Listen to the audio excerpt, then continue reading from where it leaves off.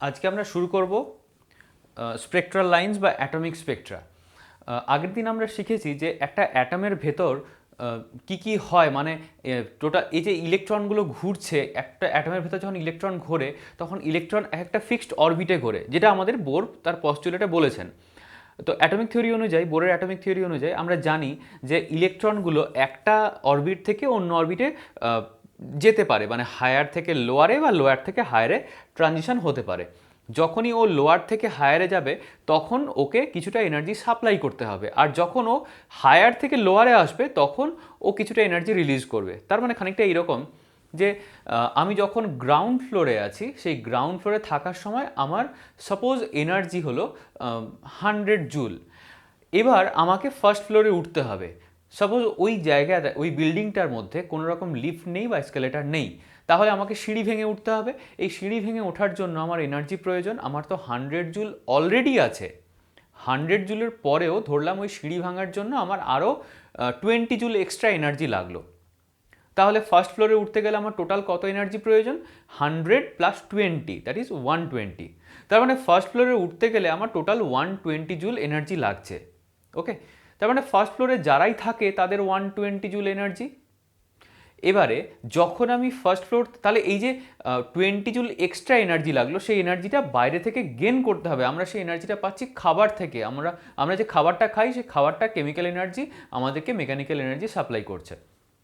এখন যখন ওই রকমভাবে আমি ওপর থেকে উঠে আসবো, এখানে অ্যাটমের ক্ষেত্রে যেটা হয় যে হায়ার থেকে যখন লোয়ারে নেমে যায় তখন ও ওই যে এক্সট্রা এনার্জিটা নিয়েছিল ওঠার সময় সেটা রিলিজ করে দেয়। তার মানে সাপোজ ফার্স্ট অরবিটে ওর এনার্জি ছিল 20 জুল, সেকেন্ড অরবিটে এনার্জি হলো 26 জুল। তাহলে ফার্স্ট থেকে যখন সেকেন্ড অরবিটে ও উঠছে তখন ওকে এক্সট্রা 6 জুল এনার্জি গেন করতে হবে। আর যখন ও সেকেন্ড থেকে ফার্স্টে নেমে যাচ্ছে তখন ওই যে 6 জুল এক্সট্রা এনার্জি ও নিয়েছিল সেই এনার্জিটা ওকে রিলিজ করে দিতে হবে। এবার ধরলাম ও নিচ থেকে ওঠেনি, অলরেডি সেকেন্ডে ছিল, তাহলেও যদি ও সেকেন্ড থেকে ফার্স্টে নামে তাহলে ওই 6 জুল এনার্জি ওকে রিলিজ করে দিতে হবে। সোজা কথা হলো, প্রত্যেকটা লেয়ারের এনার্জি ফিক্সড। তোমাকে ওখানে উঠতে গেলে সেই এনার্জি গেন করতে হবে, আর ওখান থেকে নামতে গেলে সেই এনার্জিটা ছেড়ে দিয়ে তোমাকে আসতে হবে। এই হলো এই যে এনার্জিটা রিলিজ করছে, সেই এনার্জিটা আমরা বুঝবো কী করে, দেখবো কী করে? আসলে সেই এনার্জিটাকে আমরা ডিটেক্ট করব। কিভাবে ডিটেক্ট করব? সেই এনার্জিটা কি ফর্মে বেরোচ্ছে তার উপর ডিপেন্ড করবে। এনার্জির ভ্যালুটা কত, সেই এনার্জির ভ্যালুর উপর ডিপেন্ড করবে যে তাকে আমরা কিভাবে ডিটেক্ট করব। তো এই এনার্জিটা যখন খুব বেশি এনার্জি বেরোচ্ছে, তার মানে ওয়েভলেন্থটা কম। খুব বেশি এনার্জি মানে ওয়েভলেন্থ কম। এই ওয়েভলেন্থ কম মানে শর্টার ওয়েভলেন্থে যে ইলেকট্রোম্যাগনেটিক রেডিয়েশনের ফ্যামিলির মধ্যে যেটা পড়ে সেটা হবে সাপোজ ইউভি হবে। এরপর যদি আরও ওয়েভলেন্থ বাড়ে, মানে এনার্জি যদি কমে যায়, তখন ভিজিবল রেঞ্জের মধ্যে আসতে পারে। তখন সেটাকে আমরা খালি চোখে দেখে ডিটেক্ট করব। আর ইউভি হলে ইউভি ডিটেক্টর দিয়ে ডিটেক্ট করব। আর এর থেকেও যদি কম এনার্জি রিলিজ করে তখন ওয়েভলেন্থটা আরও বড় হবে, তখন সেটা আইআর রেঞ্জে মানে ইনফ্রারেড রিজিয়নের মধ্যে পড়বে। তখন আমরা ইনফ্রারেড ডিটেক্টর দিয়ে সেটাকে ডিটেক্ট করার চেষ্টা করব। সোজা কথা হলো যে যে পরিমাণ এনার্জি বেরোচ্ছে তার ওপর নির্ভর করবে যে আমরা সেটাকে কি মেথডে ডিটেক্ট করব। এবার দেখা যাক যে কি ফর্মুলাটা ছিল এবং তার থেকে অ্যাটমিক স্পেকট্রা কীভাবে বেরোচ্ছে। ফর্মুলাটা ছিল যে ওয়েভ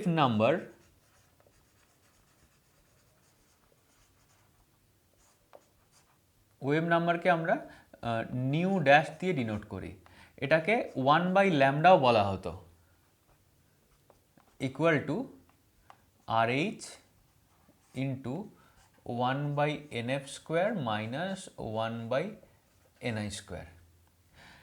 এই এনএফটা কি? এনএফটা হচ্ছে ফাইনাল অরবিট, যেখানে ও ফাইনালি এসে পড়ছে। মানে ইলেকট্রনটা হায়ার অরবিট থেকে ঠিক যে অরবিটে এসে পড়ছে সেটা হলো এনএফ, আর যেখান থেকে ও স্টার্ট করছে, যেখান থেকে আসছে, সেটা এনআই। এই আরএইচটাকে কি বলা হয়? আরএইচটা হলো রিডবার্গ কনস্ট্যান্ট, যার ভ্যালু 1.097 ইন্টু 10⁻⁷ মিটার ইনভার্স। ঠিক আছে, এবারে এই যে যখন ও হায়ার থেকে লোয়ারে আসছে, আমি একটু ডায়াগ্রাম এঁকে দেখাচ্ছি। সাপোজ এটা নিউক্লিয়াস, এর মধ্যে প্রোটন আছে আর নিউট্রন আছে। এটা একটা অরবিট, এটা আরেকটা অরবিট, এটা আরও একটা অরবিট। তো এখানে ইলেকট্রন ছিল, এখানেও ইলেকট্রন আছে, এখানেও ইলেকট্রন আছে। এই ইলেকট্রনটা ফার্স্ট অরবিট থেকে জাম্প করে সেকেন্ডে গেল। তার জন্য যতটা পরিমাণ এনার্জি প্রয়োজন ছিল ও সেটা নিয়েছে। কিভাবে নেবে? হয় আমি কোনোভাবে থার্মালি অ্যাজিটেট করছি, থার্মাল এনার্জি ওকে সাপ্লাই করছি, আর নয়তো অন্য কোনোভাবে ওকে এনার্জি সাপ্লাই করছে, সেটা সানলাইটের মাধ্যমে, মানে ফটো এনার্জি হতে পারে বা অন্য কোনো ফর্মের এনার্জি হতে পারে। সোজা কথা, ওকে যে কোনোভাবে আমাকে এনার্জাইজ করতে হবে, ইলেকট্রিসিটি দিয়ে হলেও এনার্জাইজ করতে হবে। তো সেই এনার্জিটা দিলে ও ফার্স্ট অরবিট থেকে সেকেন্ড অরবিটে উঠলো, কিন্তু ও চেষ্টা করবে সবসময় আবার লোয়ার অরবিটে নেমে আসার, কারণ ওটা ওর অরিজিন। এবারে কারণ ওটা ওর অরিজিন ঠিক না, মানে যে কোনো রিজনেই হোক ও নেমে আসবে। এই যে ইলেকট্রনটা উপর থেকে নিচ থেকে উপরে তোলা হচ্ছে, এই প্রসেসটাকে বলা হয় পপুলেশন ইনভার্সন। আবার যখন ও নেমে আসবে তখন ওই যে পরিমাণ এনার্জি নিয়ে উঠেছিল বা ওই দুটো লেয়ারের মধ্যে যে এনার্জি ডিফারেন্স, সেই পরিমাণ এনার্জিও রেডিয়েট করে দেবে। সেই রেডিয়েশনটাকে আমরা ডিফারেন্ট ডিটেক্টর দিয়ে ডিটেক্ট করতে পারি। তো এই যে সেকেন্ড অরবিটে ইলেকট্রনটা উঠে গেছিল, ও যখন আবার ফার্স্টে নেমে আসবে তখন কিছুটা এনার্জি ও ছেড়ে দেবে। এটাও তো হতে পারে যে 3 নম্বর থেকে ইলেকট্রন 1 নম্বরে নেমে আসছে, তার জন্যও এনার্জি ছাড়ছে। এটাও তো হতে পারে 4 নম্বর থেকে ইলেকট্রন 1 নম্বরে নামছে, তার জন্য এনার্জি রিলিজ করছে। 5 নম্বর থেকে 1 নম্বরে নামছে, তার জন্য এনার্জি রিলিজ করছে। তার মানে যে কোনো অরবিট থেকে যদি ও 1 নম্বর অরবিটে এসে পড়ে তখন একটা বিশেষ সিরিজ হয়, তখন একটা স্পেশাল রেঞ্জ আমরা সেটাকে বলতে পারি, সেটার নাম হলো লাইম্যান সিরিজ। 1 নম্বরে আসছি।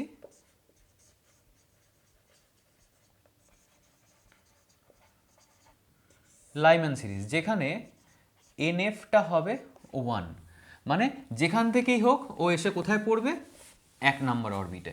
এবার একটা জিনিস আমাদেরকে বোঝার দরকার, এটা 1 নম্বর অরবিট, এটা 2 নম্বর অরবিট, এটা 3 নম্বর অরবিট, এভাবে ওপরের দিকে উঠছি। ইলেকট্রনটা যদি 2 নম্বর থেকে 1 নম্বরে আসে তাহলে এদের এনার্জি ডিফারেন্স যা হবে, যদি 3 নম্বর থেকে 1 নম্বরে আসে তাহলে এনার্জি ডিফারেন্স অবভিয়াসলি বেশি হবে, কারণ আমরা জানি যে যত অরবিট বাড়বে তত এনার্জি ডিফারেন্সটাও বাড়বে। তার মানে যদি 2 থেকে 1-এ আসে ও যে পরিমাণ এনার্জি রিলিজ করবে, যদি 3 থেকে 1-এ আসে তার চেয়ে বেশি এনার্জি রিলিজ করবে, আর বেশি এনার্জি মানেই ওয়েভলেন্থটা কম। ঠিক আছে? তাহলে যত ওপর থেকে এসে পড়বে তত ওয়েভলেন্থটা ছোট হতে থাকবে। যদি ইনফিনিটি থেকে এসে পড়ে তাহলে ওয়েভলেন্থটা হবে শর্টেস্ট, আর যদি 2 থেকে 1-এ এসে পড়ে তাহলে এনার্জিটা সবচেয়ে কম, তখন সেটা হবে longest wavelength.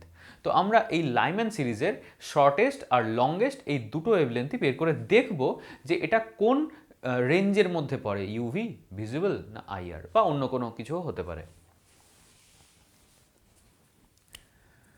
So 1/λ equal to RH into 1/nf square, মানে 1 স্কোয়ার মাইনাস 1/ni স্কোয়ার। এবার আমি করব কি, আমি ফর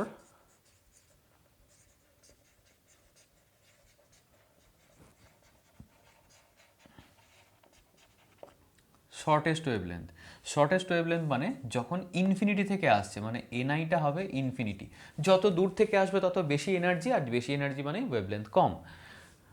তখন 1/λ ভ্যালুটা হবে, আর এইচের ভ্যালুটা বসিয়ে দিই 1.097 ইন্টু 10⁻⁷, এটা হলো ইন্টু 1/1 স্কোয়ার মাইনাস 1/∞ স্কোয়ার।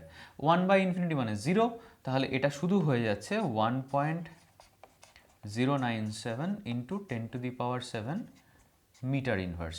তো এটাকে রেসিপ্রোকাল করলে ল্যামডার ভ্যালুটা আসবে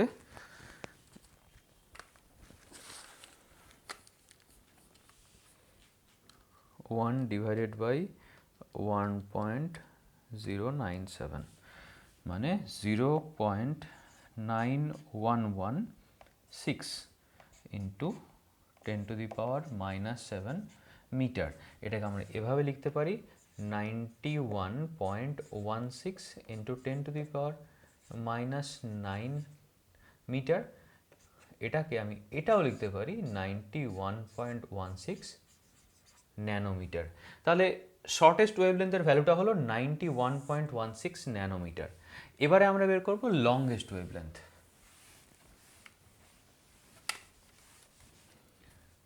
ফর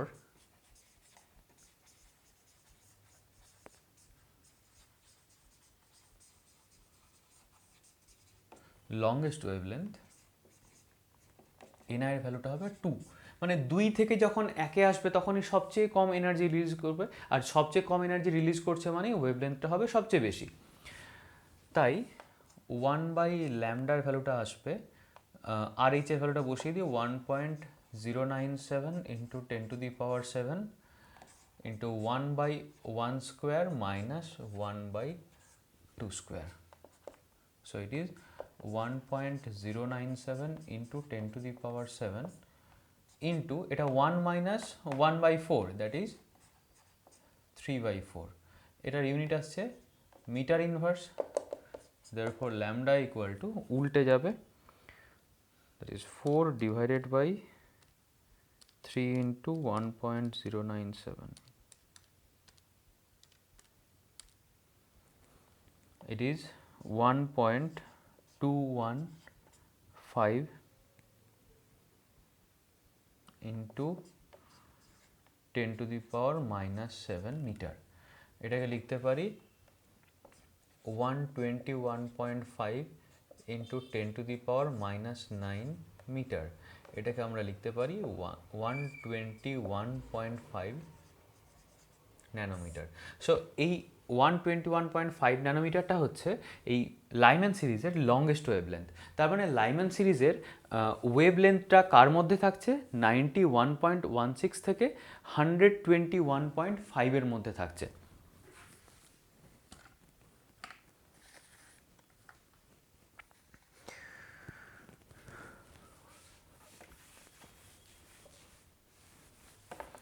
তাহলে একবার লিখি,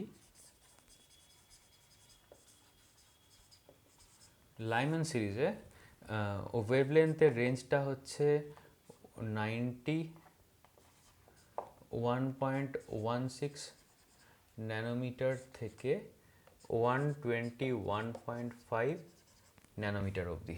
এটা কার মধ্যে পড়ছে, এটা ইউভি রেঞ্জের মধ্যে পড়ছে, নর্মাল ইউভি, একদম প্লেন ইউভি, সফট ইউভি যেটাকে আমরা বলতে পারি, মানে একদমই উইক একটা, সরি শর্ট না, মানে স্ট্রং ইউভি, আমি উইক বলছি কারণ শর্টার ওয়েভলেন্থ আছে, যত ছোট ওয়েভলেন্থ হবে তত এনার্জি বেশি, মানে ভেরি স্ট্রং ইউভির মধ্যে পড়ছে, এটা ইউভি রেঞ্জের মধ্যে পড়ছে, আলট্রাভায়োলেট, ঠিক আছে, বাট স্ট্রং, ভেরি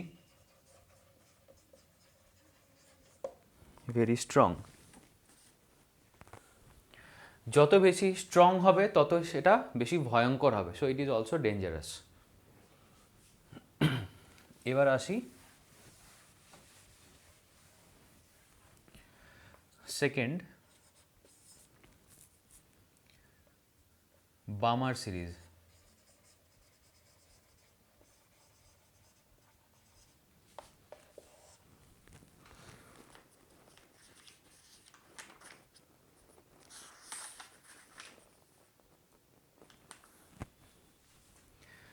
বামার সিরিজে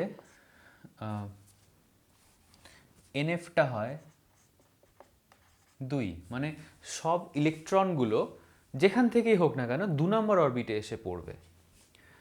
ইকুয়েশনটা দাঁড়াবে 1/λ equal to RH into 1/2 square minus 1/ni square. এবারও আমরা এর ক্ষেত্রেও দেখব বামার সিরিজে যে এটা মানে শর্টেস্ট ওয়েভলেন্থ আর লংগেস্ট ওয়েভলেন্থ কী হয়।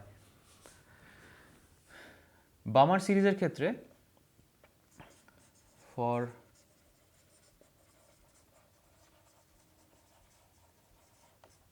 শর্টেস্ট ওয়েভলেন্থ, এখানে শর্টেস্ট ওয়েভলেন্থের জন্য এনআইটা আবার আগের মতো ইনফিনিটি হবে, বিকজ সব কিছুই তো 2 নম্বরে এসে পড়বে, তাহলে যেটা একদম বেশি দূর থেকে, মানে ইনফিনিটি থেকে 2 এসে পড়ছে, সেটাই বেশি এনার্জি রিলিজ করবে, আর বেশি এনার্জি রিলিজ করছে মানেই ওর ওয়েভলেন্থটা ছোট হবে। আর যেটা 3 নম্বর থেকে 2 নম্বরে এসে পড়ছে, মানে একদম কাছেরটা থেকে 3 নম্বর থেকে যখন 2 নম্বরে এসে পড়ছে তখন ও সবচেয়ে কম এনার্জি রিলিজ করছে, আর সবচেয়ে কম এনার্জি রিলিজ করছে মানে ওয়েভলেন্থটা হবে বড়, তাই সেটা হবে আমাদের longest wavelength. So it is 1/λ equal to 1.097 into 10⁻7, এটা হয়ে গেল RH এর ভ্যালু, আর এটার জন্য 1/4 মানে 2 স্কোয়ার, এটা লিখে আরেকবার 2 square minus 1/∞ square, that is 1.097 into 10⁻7 into 1/4, এটা মিটার ইনভার্সে আছে, ফর ল্যামডা ইকুয়াল টু, এটা পুরো উল্টে যাবে, কত হচ্ছে 4 divided by 1.097, so it is 3.646 into 10 to the power minus 7 metre. এটাকে আমি লিখতে পারি 364.6 into 10 to the power minus 9 metre. এটাকে আমি লিখতে পারি 364.6 ন্যানোমিটার। 364.6 ন্যানোমিটার হচ্ছে এর শর্টেস্ট ওয়েভলেন্থ। এবার আমরা বের করব এর longest wavelength.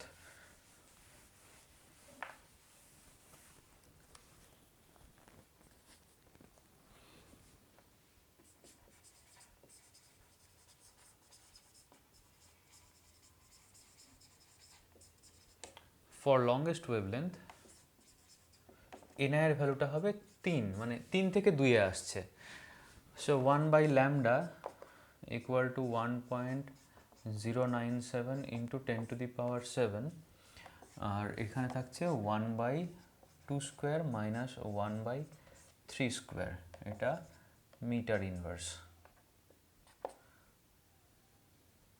1.097 into 10 to the power 7, এটা আসছে কি 1 বাই 4 মাইনাস 1 বাই 9, 9 আর 4 36, that is 1.097 into 10 to the power 7 into 36, 9 minus 4 মানে 5 by 36। তাহলে একদম ডাইরেক্ট লিখে দিই, therefore lambda equal to 36 by 5 into ওটা, মানে 36 divided by 5 into 1.097, ভ্যালুটা আসছে 6.563 into 10 to the power minus 7 metre, তার মানে 656.3 ন্যানোমিটার। ঠিক আছে, তাহলে এদের রেঞ্জটা দেখতে পাচ্ছি বামার সিরিজে 364.6 থেকে 656.3। সো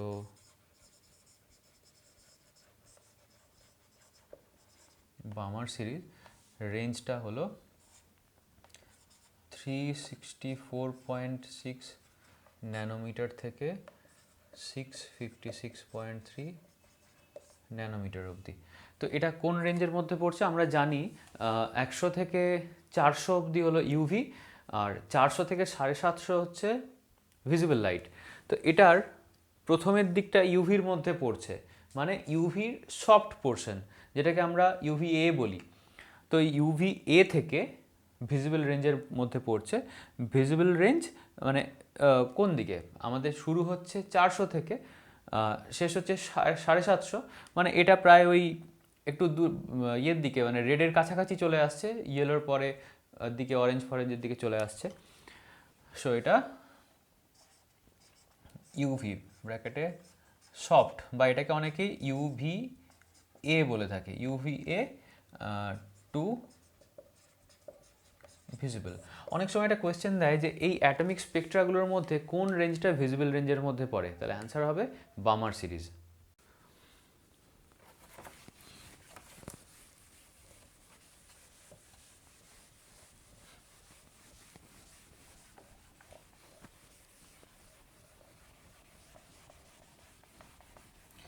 ব্র্যাকেটের পর যদি ইলেকট্রনগুলো 3 নম্বর অরবিটে নেমে আসে, মানে যে কোনো জায়গা থেকে 3 নম্বর অরবিটে নেমে আসে, তখন যে সিরিজটা আমরা পাবো সেটাকে বলা হয় প্যাসেন সিরিজ।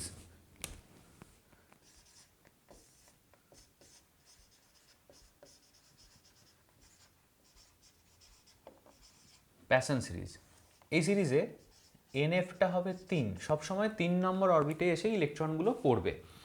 তো এই 3 নম্বর অরবিটে আসবে কোথা থেকে, আসতে পারে ইনফিনিটি থেকে আসতে পারে, বা 4 নম্বর থেকে 3 নম্বরে আসতে পারে। যদি ইনফিনিটি থেকে আসে তাহলে সেটা হবে শর্টেস্ট ওয়েভলেন্থ, আর যদি 4 থেকে 3-এ আসে তাহলে সেটা হবে লংগেস্ট ওয়েভলেন্থ।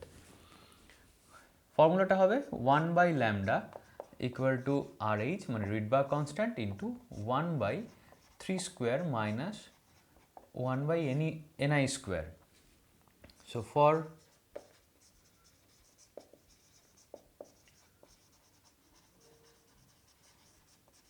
শর্টেস্ট ওয়েভলেন্থ, যেখানে এনআইটা হবে ইনফিনিটি, ইনফিনিটি থেকে আসলেই বেশি এনার্জি রিলিজ করে, তাই শর্টেস্ট। সো 1/λ ইকুয়াল টু আর এইচের জায়গায় 1.097 into 10⁻7 into 1/3 square minus 1/infinity square. তাহলে এটা 1.097 ইন্টু 10⁻, আচ্ছা এটা হবে মিটার ইনভার্স, এটা ইন্টু 1/9, বিকজ 1/infinity মানে 0। তাহলে এটা তো মিটার ইনভার্সে আসছে, therefore lambda equal to 9 divided by 1.097, 8.204 into 10⁻⁻7 meter. So it is 820.4 nanometre. তাহলে এটা ল্যামডা মিনিমাম মানে শর্টেস্ট ওয়েভলেন্থ। আর ফর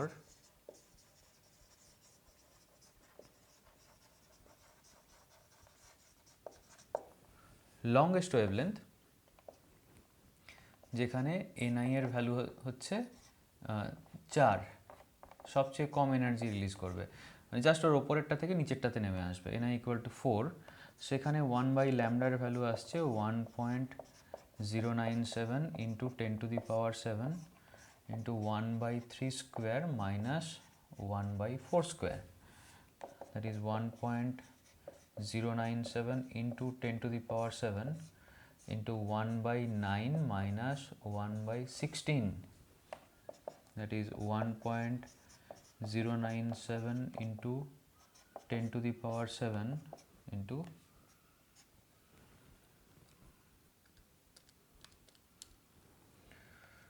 আছে, এটা আসবে 144, 16 minus 9, so it is, এটা একদম ডাইরেক্ট করে দিই, therefore lambda equal to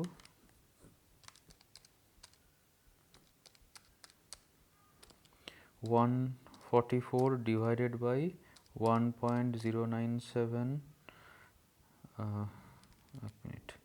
7 into 1.097,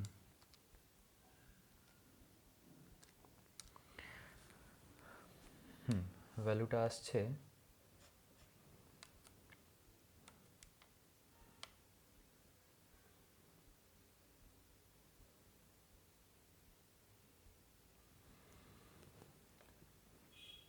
18.752 into 10⁻, এখানে না, সরি,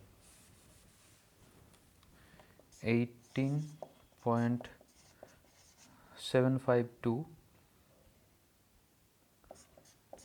into 10⁻⁻7 মিটার, তার মানে 1875.2 ন্যানোমিটার। ঠিক আছে, তাহলে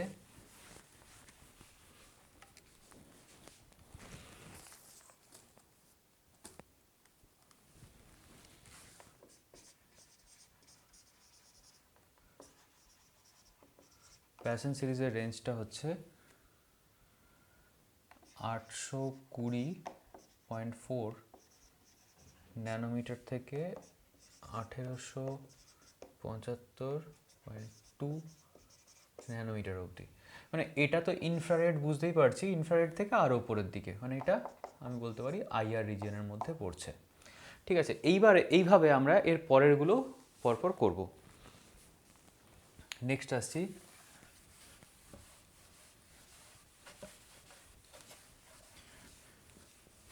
4 নম্বরে, bracket.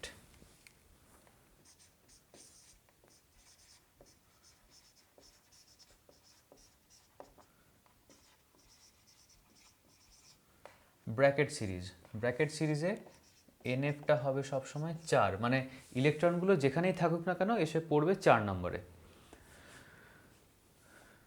1/λ equal to RH into 1/4 square minus 1/ni square. So এটার ক্ষেত্রেও for shortest wavelength, মানে যেখানে ni এর ভ্যালুটা হচ্ছে ইনফিনিটি, ভ্যালুটা আসছে 1/λ equal to 1.097 into 10 to the power 7 into 1/4 square minus 1/infinity square, মানে 1/4 square মানে 16, ওটা 0, therefore lambda equal to 16 divided by 1.097, so it is 14.585 into 10 to the power minus 7 metre. এটাকে আমি লিখতে পারি 1458.5 nanometre. R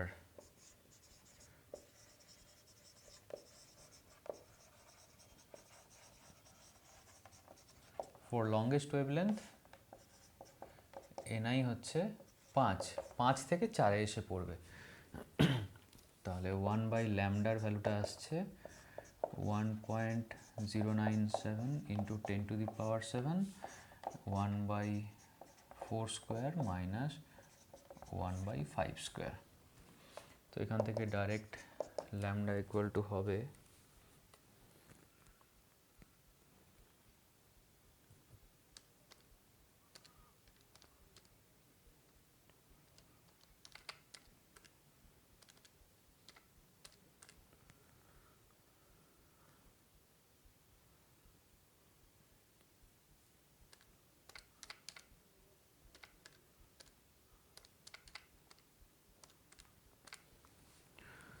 40.515 into 10 to the power minus 7, মানে 4051.5 nanometre.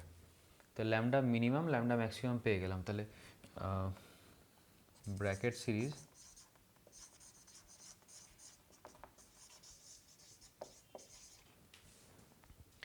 Bracket সিরিজটা হবে কত থেকে কত? 1458.5 ন্যানোমিটার টু 4051.5 ন্যানোমিটারের মধ্যে। এটা হচ্ছে ব্র্যাকেট সিরিজ। আর লাস্ট যে সিরিজটা আছে এবার সেটা দেখি, ওটাকে বলা হয় ফান্ড সিরিজ।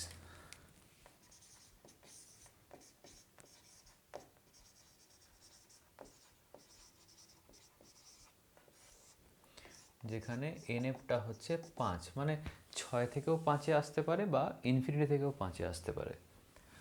ফর্মুলাটা 1/λ equal to RH into 1/nf square minus 1/ni square. N f স্কোয়ারটা এখানে 5, মানে 5-এর স্কোয়ার। আবার আগের মতো for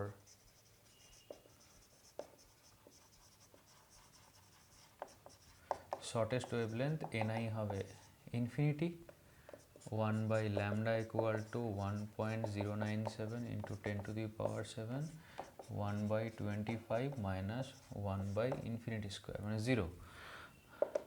So lambda equal to 25 divided by, so it is 22.7789 into 10 to the power minus 7, that is 2278.9 nanometre.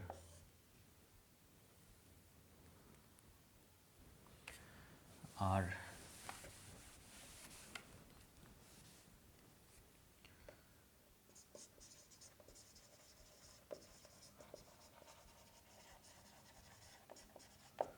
Longest wavelength ni equal to 6, 6 থেকে 5 আসবে।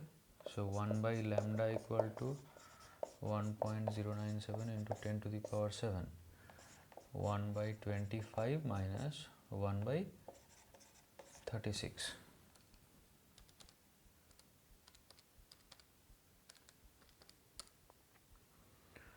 900 divided by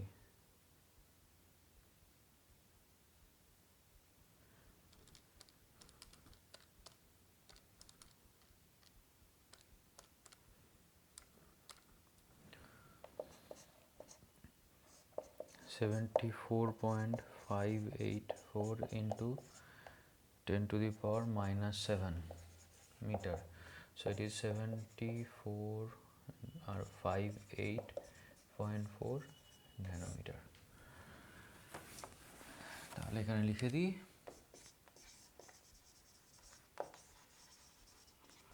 fern সিরিজের রেঞ্জ 2278 ন্যানোমিটার থেকে 7458 ন্যানোমিটার।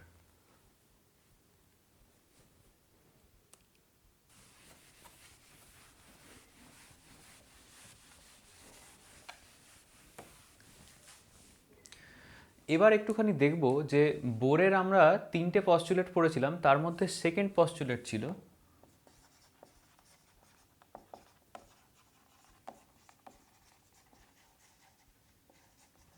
বোরের সেকেন্ড পস্টুলেটটা কি ছিল না, অ্যাঙ্গুলার মোমেন্টাম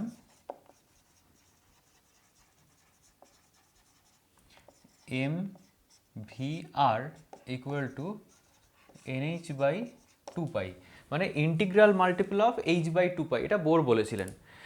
বোর বলার অনেক বছর পর, প্রায় 10 বছর পর,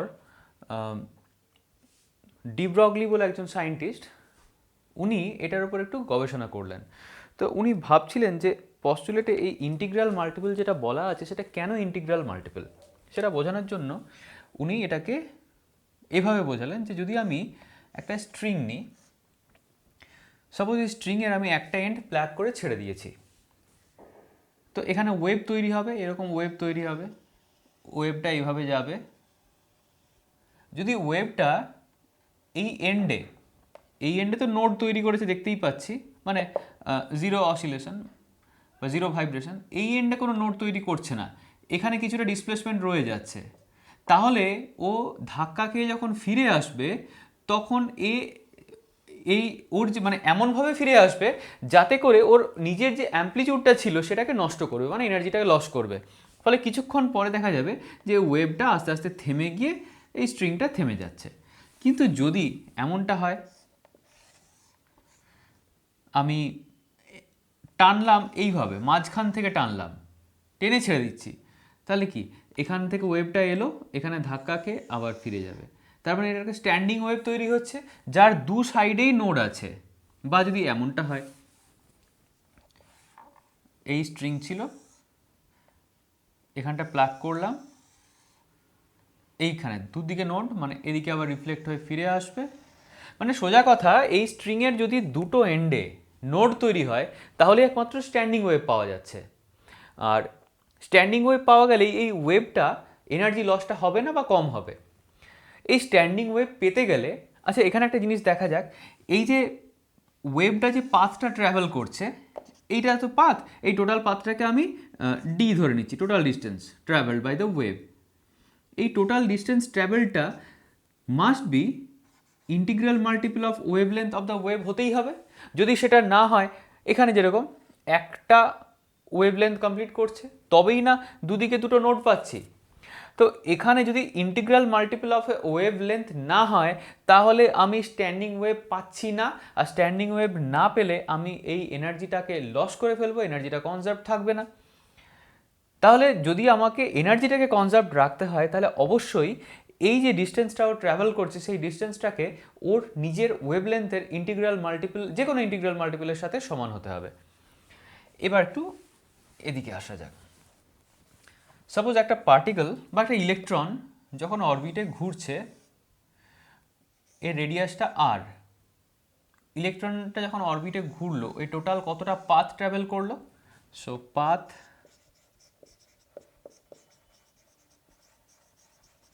traveled by electron for one complete rotation equal to 2 pi r।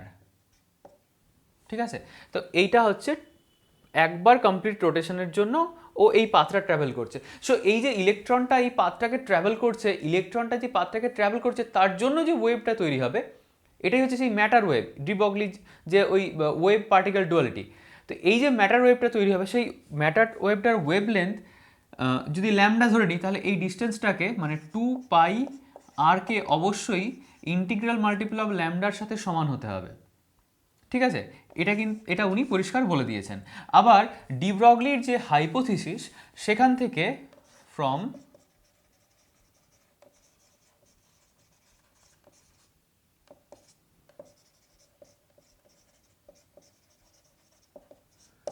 De Broglie hypothesis থেকে আমরা পেয়েছি lambda equal to H by M V. ঠিক আছে, এখানে ভিটা হচ্ছে ভেলোসিটি অফ ইলেকট্রন, যেহেতু আমরা ইলেকট্রনের ক্ষেত্রে বের করছি তাহলে ল্যামডার বদলে বসিয়ে দেব n h by M v. M ভিটা এদিকে নিয়ে আসছি, 2 পাইটাকে নিচে নামিয়ে দিচ্ছি, তাহলে m V R equal to n h by 2 pi. তো এখান থেকে মানে বোর তো 10 বছর আগে এই থিওরিটা দিয়ে গেছেন, এটাকে এক্সপ্লেন করেছিলেন ডি ব্রগলি। ডি ব্রগলি এভাবে দেখালেন যে কেন এই যে অ্যাঙ্গুলার মোমেন্টাম সেটা সবসময় কনজার্ভ থাকবে এবং এর ভ্যালুটা অবশ্যই integral multiple of H by 2 pi বা এইচ ক্রসের সাথে সমান হবে, এটা উনি দেখিয়েছিলেন।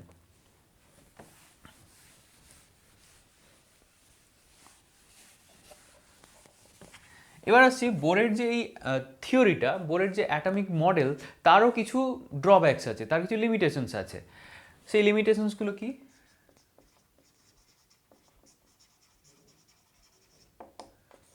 ফার্স্ট, বোরের যে অরবিটটা পাচ্ছি বা বোরের যে অ্যাটম মডেলটা সেটা শুধুমাত্র জেড ইকুয়াল টু 1 এর জন্য ভ্যালিড, জেড ইকুয়াল টু 1 এর জন্যই ভ্যালিড। যদি জেড মোর দ্যান 1 হয়, জেড যদি মোর দ্যান 1 হয় তখন নট ভ্যালিড। কোনটা? এই বোরের থিওরিটা শুধুমাত্র হাইড্রোজেন বা হাইড্রোজেন লাইক অ্যাটমের জন্যই এটা ভ্যালিড, এটা 1 নম্বর লিমিটেশন। সেকেন্ড, বোর ধরে নিয়েছিলেন যে ইলেকট্রনটা সবসময় সার্কুলার অরবিটের মধ্যে ঘুরছে, কিন্তু ইলেকট্রন যে ইলিপ্টিক্যাল অরবিটেও ঘোরে এটা তিনি জানতেন, তবু তার থিওরিতে উনি সেটা ইমপ্লিমেন্ট করেননি। পরে সমারফেল্ড এসে এটাকে আচ্ছা সেটা আমি পরে আসছি, মানে বোরের লিমিটেশনটা এখানেই যে বোর ইলেকট্রনের অরবিটটাকে সবসময় সার্কুলার হিসেবে ধরেছিলেন, তাহলে সার্কুলার অরবিট, যেটা ভুল। থার্ড, এই বোরের থিওরি থেকে যে অ্যাটমিক স্পেকট্রাগুলো আমি পেলাম, এই যে এতক্ষণ ধরে বিভিন্ন সিরিজগুলো দেখলাম, তো এই অ্যাটমিক স্পেকট্রাগুলো যে পাচ্ছি সেই অ্যাটমিক স্পেকট্রার ওগুলো তো এক একটা লাইন, ওর মাঝেও কিছু ফাইন স্ট্রাকচার থাকে। তাহলে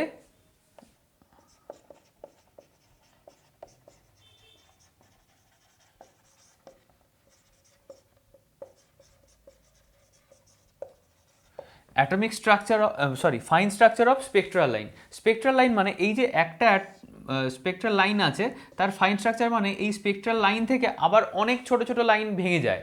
তো সেই যে ভেঙে যাচ্ছে, স্প্লিট আপ কেন করছে সেটা সম্পর্কে কোনো রকম এক্সপ্লেনেশন আমরা বোরের থিওরি থেকে পাচ্ছি না। 4,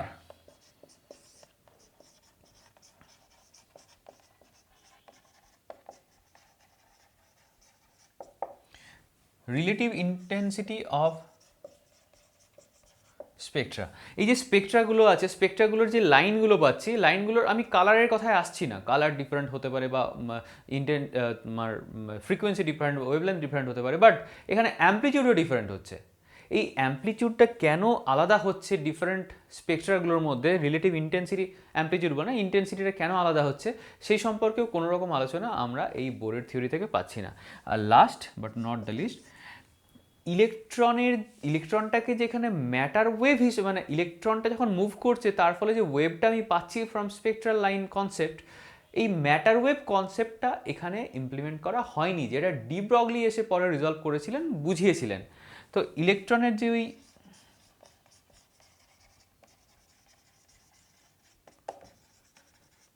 ইলেকট্রন ম্যাটার ওয়েভ সম্পর্কে কোনো ধারণা এই মডেল থেকে পাওয়া যায়নি, যদিও সেই ম্যাটার ওয়েভের উপর বেস করেই এই মডেলটা তৈরি হয়েছিল। সো এইগুলো ছিল বোরের অ্যাটমিক মডেলের লিমিটেশনস।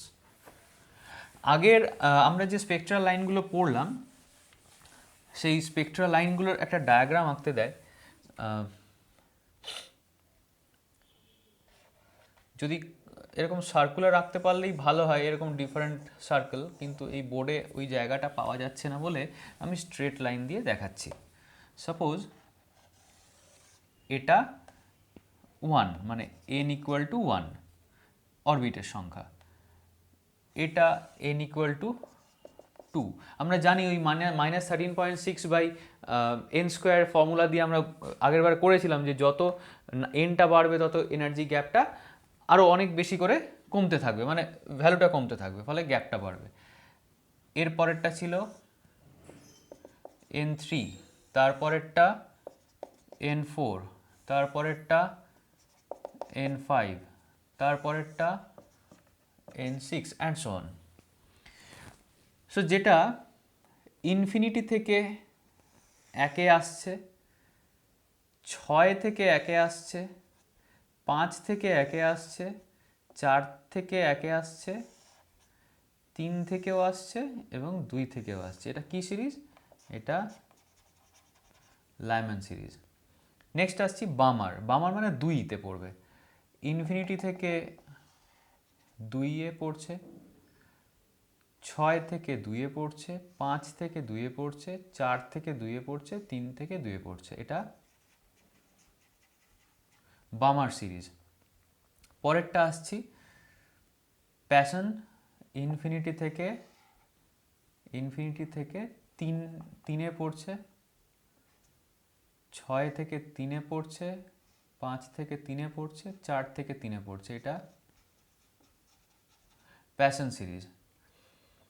এবার ইনফিনিটি থেকে 4-এ পড়ছে, 6 থেকে 4-এ পড়ছে, 5 থেকে 4-এ পড়ছে। এটা কি সিরিজ? এটা ব্র্যাকেট সিরিজ। আর ইনফিনিটি থেকে 5-এ পড়লো, 6 থেকে 5-এ পড়লো, এটা ফান্ড সিরিজ। তো এই ছিল আমাদের atomic spectral লাইন্সগুলোর diagram.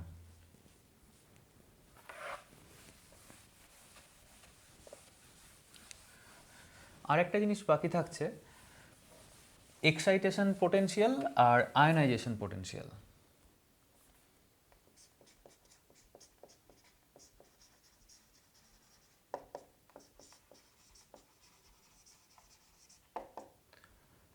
Excitation potential মানে একটা অরবিটে একটা ইলেকট্রন আছে, এটা n ইকুয়াল টু 1, এটা n ইকুয়াল টু 2, এটা n ইকুয়াল টু 3।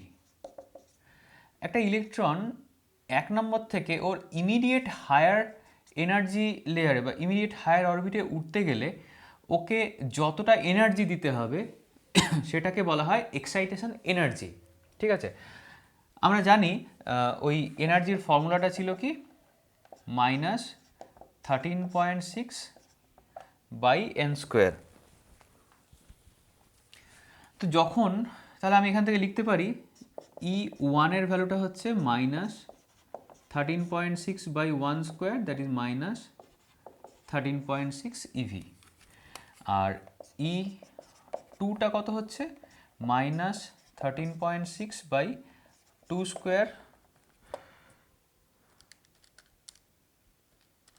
মানে -3.4 eV। তাহলে যদি ট্রানজিশনটা 1 থেকে 2-তে হয়, 1 থেকে 2-তে হয়, ঠিক আছে, তাহলে 1 থেকে 2-তে হচ্ছে, তাহলে এনার্জি ইনিশিয়াল কোনটা? ইনিশিয়াল 1, ফাইনাল কোনটা? 2। তাহলে চেঞ্জ ইন এনার্জি ডেল্টা ই, এটা হবে ফাইনাল মাইনাস ইনিশিয়াল, মানে E2 মাইনাস E1। E2টা হচ্ছে -3.4 minus of -13.6। So it is 10.2 EV. 10.2 এটা হচ্ছে এক্সাইটেশন এনার্জি, সরি হ্যাঁ এক্সাইটেশন এনার্জি, আর এক্সাইটেশন পোটেনশিয়াল ভি হবে তখন 10.2 ভোল্ট। এটা হচ্ছে এক্সাইটেশন পোটেনশিয়াল, ঠিক আছে। এটা কার জন্য? যখন 1 থেকে 2তে যাচ্ছে। যদি এটাকে আমি 2 থেকে 3-এ নিয়ে যাই তাহলে এই এনার্জির ভ্যালুগুলো চেঞ্জ হয়ে যাবে, আর এনার্জির ভ্যালু চেঞ্জ হয়ে যাওয়ার জন্য এক্সাইটেশন পোটেনশিয়ালের ভ্যালুটা চেঞ্জ হয়ে যাবে। তার মানে একটাই অ্যাটমের ক্ষেত্রে ডিফারেন্ট লেয়ারের জন্য, ডিফারেন্ট স্টেটের জন্য আমি ডিফারেন্ট এক্সাইটেশন পোটেনশিয়াল পাচ্ছি। এটাকে বলা হচ্ছে মানে যে পরিমাণ পোটেনশিয়াল অ্যাপ্লাই করলে ইলেকট্রনটা ওর ইমিডিয়েট মানে যে অরবিটে আছে তার থেকে ইমিডিয়েট হায়ার অরবিটে উঠে যাবে, সেইটাকেই সেই ভোল্টেজটাকে বা সেই পোটেনশিয়াল ডিফারেন্সটাকেই বলা হয় এক্সাইটেশন পোটেনশিয়াল। আর যে এনার্জিটা লাগবে সেটা এক্সাইটেশন এনার্জি। এর পরেরটা আসছি আয়োনাইজেশন পোটেনশিয়াল।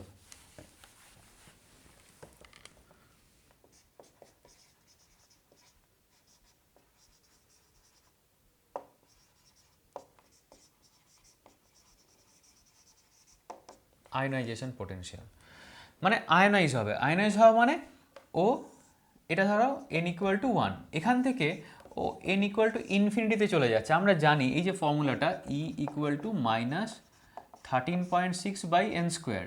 কখন E=0 হবে? when n=ইনফিনিটি। তার মানে যদি আমি কোনো ইলেকট্রনকে যে কোনো অরবিট থেকে ইনফিনিটিতে নিয়ে যেতে পারি তখন যে এনার্জিটা লাগবে সেই এনার্জিটাকে বলা হয় আয়োনাইজেশন এনার্জি। আর যে পোটেনশিয়ালটা অ্যাপ্লাই করলে ওই ইলেকট্রনটাকে আমি বাইরে বের করে দিতে পারবো তাহলে সেটাকেই বলা হবে আয়োনাইজেশন পোটেনশিয়াল। তাহলে কত হবে?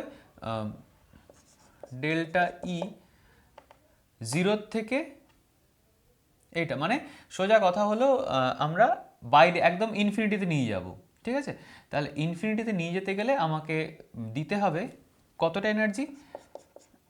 আমরা ইনিশিয়াল কোনটা E1, ফাইনালটা E infinity minus E1, E infinity minus 13.6 infinity square minus of -13.6/1 square. So it is 0 minus of -13.6, that is 13.6 EV. Therefore potential হচ্ছে 13.6 ভোল্ট। তাহলে কোনো অরবিটে মানে কোনো অ্যাটমে যদি আমি 13.6 ভোল্ট পোটেনশিয়াল অ্যাপ্লাই করি বা 13.6 ইভি এনার্জি অ্যাপ্লাই করি তাহলে সেই অ্যাটম থেকে ইলেকট্রনগুলো বেরিয়ে যাবে, মানে অ্যাটমটা তখন আয়োনাইজড হয়ে যাবে, আয়নে পরিণত হয়ে যাবে। তাই এই পোটেনশিয়ালটাকে বলা হয় আয়োনাইজেশন পোটেনশিয়াল। মনে রাখতে হবে যে এই আয়োনাইজেশন পোটেনশিয়াল কিন্তু একটা অ্যাটমের ক্ষেত্রে ফিক্সড থাকে। অ্যাটম চেঞ্জ হলে আয়োনাইজেশন পোটেনশিয়াল চেঞ্জ হবে। বাট আগেটা যেরকম এক্সাইটেশন পোটেনশিয়াল দেখেছিলাম ডিফারেন্ট অরবিটের জন্য বা ডিফারেন্ট স্টেটের জন্য এক্সাইটেশন পোটেনশিয়ালটা চেঞ্জ হয়ে যায়, বাট আয়োনাইজেশন পোটেনশিয়াল এক একটা অ্যাটমের জন্য ফিক্সড থাকে, ডিফারেন্ট অ্যাটম হলে আলাদা হবে। তো আজকে এই ছিল পুরো আমাদের অ্যাটম চ্যাপ্টারটা। তো আজকে এই চ্যাপ্টারটা এখানেই শেষ হলো।